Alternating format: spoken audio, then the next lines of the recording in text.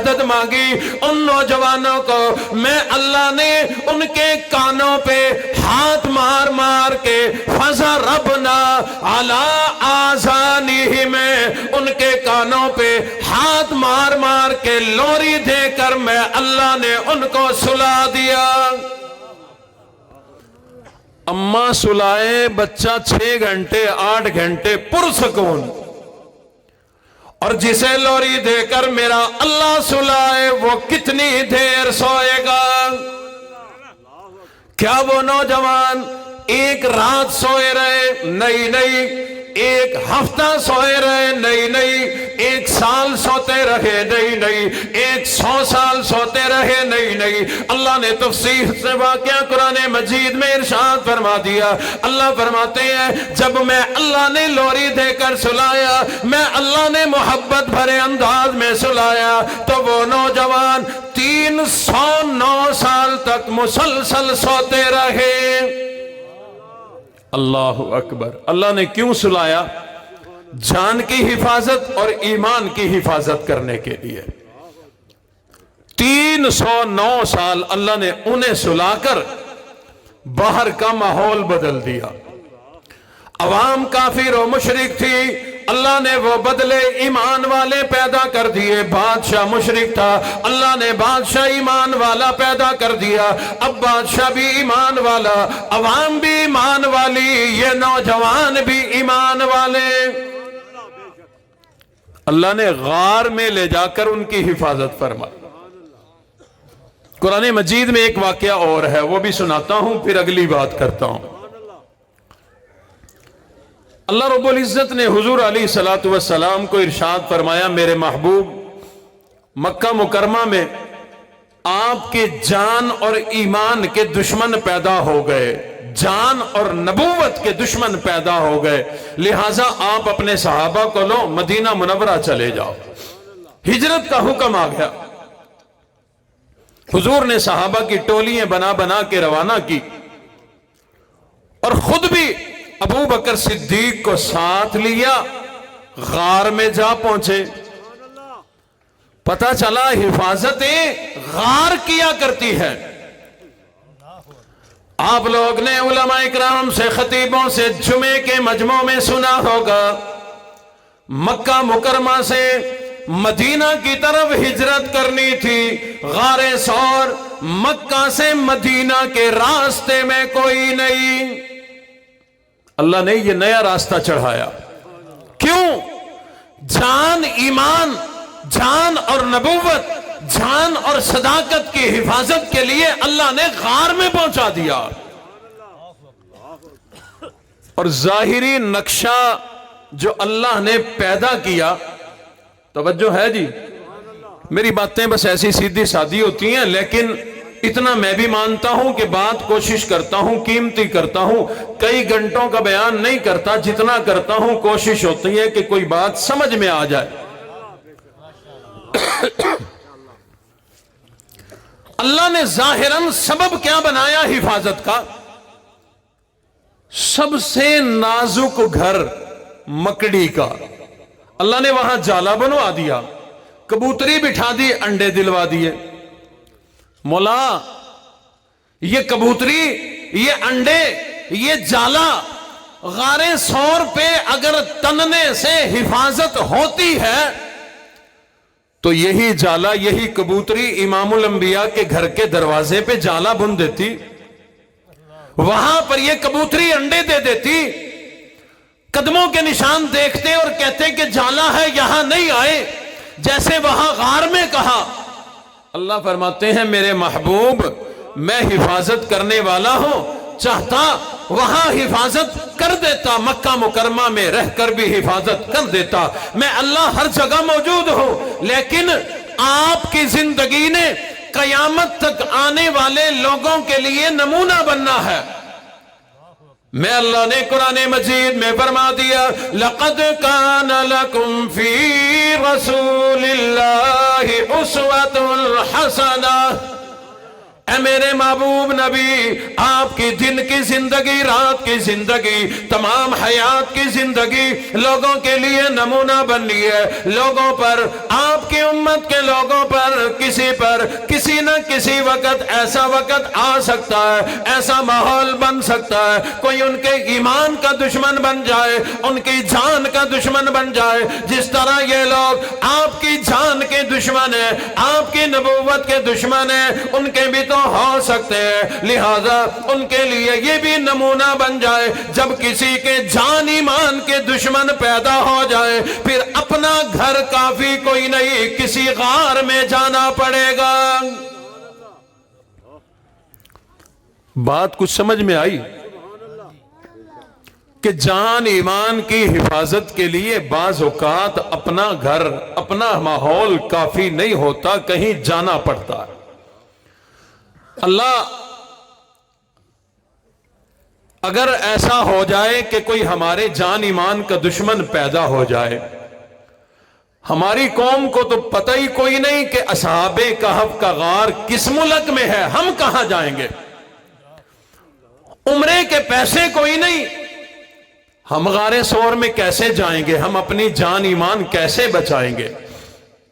اللہ فرماتے ہیں یہ تو ہیں مثالیں، پہلی تمہیں سمجھانے کے لیے، لیکن اللہ رب العزت فرماتے ہیں لوگوں، اگر جب کبھی یہ ماحول بن جائے، اس ماحول کا انتظار نہ کرو تمہارے جان اور ایمان کے دشمن پیدا ہو جائے، بلکہ میں اللہ نے تمہارے ملک میں، تمہارے شہر میں، تمہاری تحصیلوں میں، تمہارے شہروں میں، قصبوں میں، محلوں میں، گلی میں، ہر جگہ پر ایسی غاریں بنا دی ہے، ایسے ماحول پیدا کر دیے ہیں۔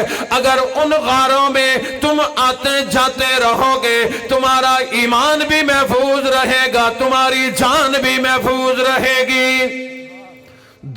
دراصل دشمن ایمان کے ہوا کرتے ہیں، جب ایمان محفوظ ہو گیا تو سمجھو تمہارا ایمان ہی تمہاری جان کی حفاظت کیا کرے گا۔ مولا ہمارے محلے میں، ہمارے علاقے میں ایسی غاریں تو ہیں کوئی نہیں جہاں جا کر ہم اپنا ایمان بچا لیں، جہاں اپنی جان بچا لیں۔ اللہ فرماتے ہیں اب توجہ کرو، پہلی غار ہے، فرمایا وَأَنَّ الْمَسَاجِدَ لِلَّهِ، یہ مسجدیں میں اللہ کے گھر ہے، تمہاری جان اور ایمان کی حفاظت کے قلعے اور غارے میں اللہ نے بنا دیے۔ جو آدمی مسجدوں میں آتا جاتا رہے، فجر کی نماز پڑھنے آئے، ظہر عصر مغرب عشاء کے لیے مسجد میں آتا رہے، جمعہ پڑھنے آتا رہے، جس کا تعلق مسجد سے بن گیا، جو مسجد میں آتا جاتا رہے گا، میں اللہ اپنے گھر میں آنے کی برکت سے ایمان بھی مضبوط کر دوں گا، جان بھی محفوظ کر دوں گا۔ مسجد میں آؤ گے، وضو کرو گے، غسل کے فرائض پتہ چلیں گے، نماز پڑھو گے۔ بچہ ابتدا میں آتا ہے، پڑھنی نہیں آتی لیکن طریقہ نماز سیکھ جاتا ہے، بڑا ہوتا ہے فرائض پتہ چل جاتے ہیں، اور بڑا ہوتا ہے سنتیں پتہ چل جاتی ہیں، واجبات پتہ چل جاتے ہیں۔ آہستہ آہستہ اس کا ایمان اب محفوظ ہوتا جا رہا ہے۔ یوں ہی جمعے کا خطبہ سنے گا، مسئلہ پتہ چلے گا، کسی دن مسجد میں کوئی اللہ والا آئے گا، اس اللہ والے کی سالے کی نظر تیرے اوپر پڑے گی، اللہ ہدایت کے فیصلے فرما دیں گے، ایمان بھی مضبوط ہوگا، جان بھی محفوظ ہو جائے گی۔ اللہ رب العزت نے اللہ والوں کی خانقاہوں کو بھی ایمان اور جان کی حفاظت کا قلعہ بنایا ہے۔